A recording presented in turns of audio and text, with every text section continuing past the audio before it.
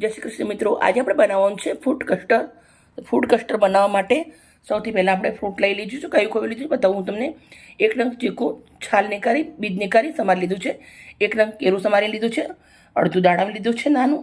અડધું સફરજન લીધું છે. એને પણ બધું સમારી લેવાનું છે નાનું નાનું. પછી કાળી દ્રાક્ષ લીધી છે, લીલી દ્રાક્ષ લીધી છે, એને પણ સમારી લીધી છે.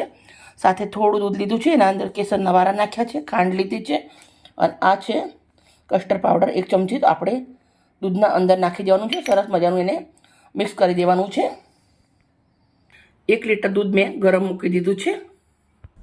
10 મિનિટથી આપણું દૂધ ઉકળે છે. 1 લીટર દૂધ હતું તો આપણે 750 ગ્રામ એટલું થઈ ગયું છે. હવે ધીમે ધીમે આપણે જે કસ્ટર્ડ પાવડર હતો કેસરના વારા નાખીને કર્યો છે એ ધીમે ધીમે આપણે આવી રીતે અંદર નાખતા જઈશું. હલાવતું રહેવાનું છે વચ્ચે વચ્ચે આવી રીતે. સરસ આપણે આને ઉકળવા દઈશું 2 મિનિટ. મેં એક જરીક જ કસ્ટર્ડ પાવડર નાખ્યો છે કેમ કે ફ્રૂટ મારા જોડે ઝાઝા છે એટલે. અને બધા જ ફ્રૂટ હોય તો બને એવું જરૂર નહીં. મનપસંદ આપણે 1-2 ફ્રૂટ હોય તો બી બની શકે છે. કેસરના વારા ના હોય એકલો કસ્ટર્ડ પાવડર બી ચાલે. સરસ આપણે ઉકળવા માંડ્યું છે. તો હવે આપણે અંદર ખાંડ નાખવાની છે. હું 4 ચમચી એટલી ખાંડ નાખું છું ટોટલ. ખાંડ નાખ્યા પછી સરસ મજાની ખાંડ ઉકળે ત્યાં સુધી ઉકાળવાનું છે, વગરે ત્યાં સુધી ખાંડ. 10 મિનિટ જેવું રાખશું આપણે ધીમા તાપે. કસ્ટર્ડ પાવડર નાખ્યા પછી આપણે આવી રીતના એને હલાવતું રહેવાનું છે ને કે તળીએ આ કસ્ટર્ડ પાવડર હોય એટલે ચોંટી જાય એટલે આવી રીતના હલાવતું રહેવાનું. સરસ મજાનું એકદમ ગળ થઈ ગયું છે, તમે જોઈ શકો છો. હવે આપણે ગેસને બંધ કરી દેવાનું છે અને એક બાઉલના અંદર લઈ લેશું આને. આવી રીતના એક કાચના બાઉલના અંદર લઈ લઉં છું આપણે.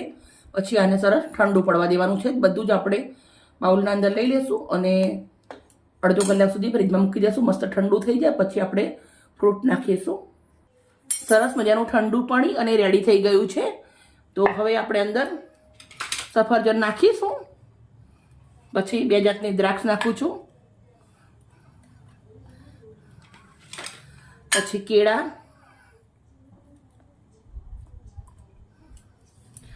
ચીકુ, લાસ્ટમાં દાડમ.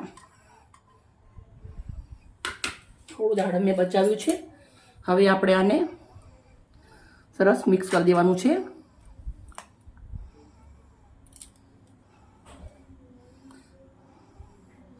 હવે ઉનાળાની મોસમ ચાલુ થઈ એટલે સરસ મજાનું આવી રીતના મને ફ્રીજમાં મૂકી દેવાનું. પછી ખાવાનું બહુ જ સરસ લાગશે. તો બહુ જ મસ્ત મજાનું ફ્રૂટ કસ્ટર્ડ રેડી થઈ ગયું છે. થોડા દાડમના દાણા રાખ્યા હતા એ ઉપરથી જ નાખી દઉં છું. હવે આપણે સરસ આને મિક્સ કરી દીધું છે. ફ્રીજમાં કલાક મૂકવાનું અને પૂરા પરિવાર જોડે એન્જોય કરવાનો. મિત્રો, મારી વિડીયો સારી લાગી હોય તો પ્લીઝ એક લાઈક કરજો, દોસ્તોને શેર કરજો. બાય બાય મિત્રો. કાલે આવી નવી રેસીપી સાથે. ગરમીની મોસમમાં તમારો અને તમારા પરિવારનો ધ્યાન રાખજો. ઓકે.